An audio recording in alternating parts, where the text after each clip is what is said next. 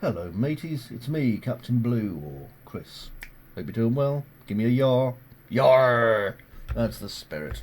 Okay, let's get straight to work.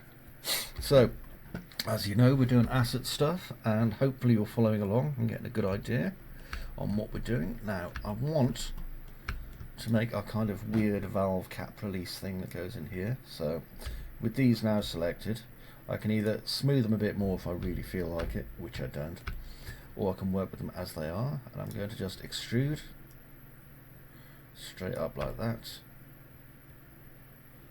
and then I'm going to do a bevel. I'll bevel up and out, then bevel up like that, and then I'm going to do what I did before. So 1, 2, 3. Okay, and that makes that shape. Okay, so we've got this little kind of knob on the top. Now, if you don't like the shape of that, you can just add your own piece, but I was just keeping this as a single polygon because I think it looks a little bit better when I build it this way. Okay, so we have that piece kind of working there. I'm going to have the actual pipe come out the back, which will be a big help.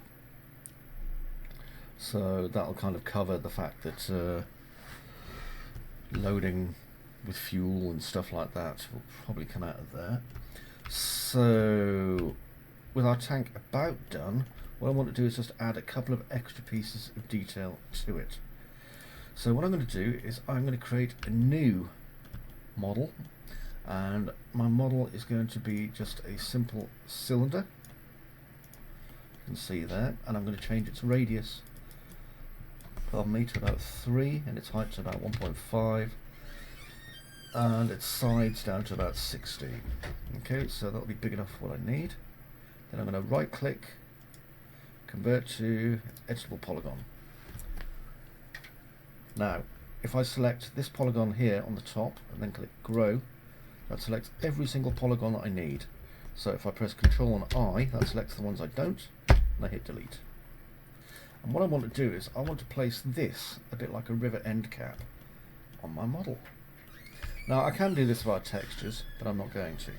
So if I go to my object paint, and I want nothing selected when I do this, and here where I've got a picture of a brush, I'm going to click the arrow and paint with objects in a list, and here comes my list of objects. I'm going to pick that, and I'm going to paint on scene. Okay, so everything in my scene I can paint on. And now I'm done, so I just need to click here and I can paint my rivets onto my scene. Now, don't go too hog wild with this, okay? I'm going to do one here and here. And remember, if you make a mistake, just Ctrl Z and do it again. Okay, so clicking.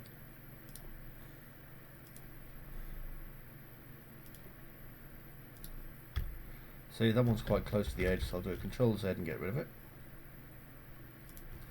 There we are, that's a bit better. Now, remember these things we made here, so I'll just click in the middle of them. And this way it looks like they're kind of welded in.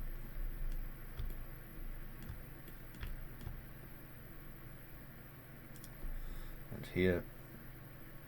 And you can add as many or as few of these as you want, to be quite honest. I mean, that is up to you.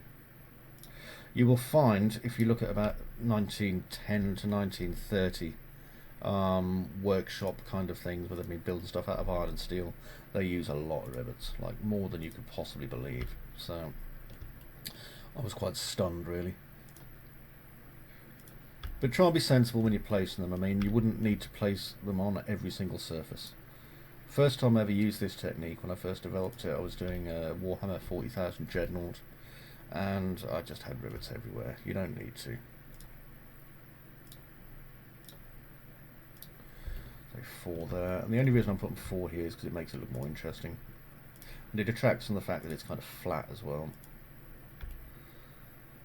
Okay, that'll do, and you know what?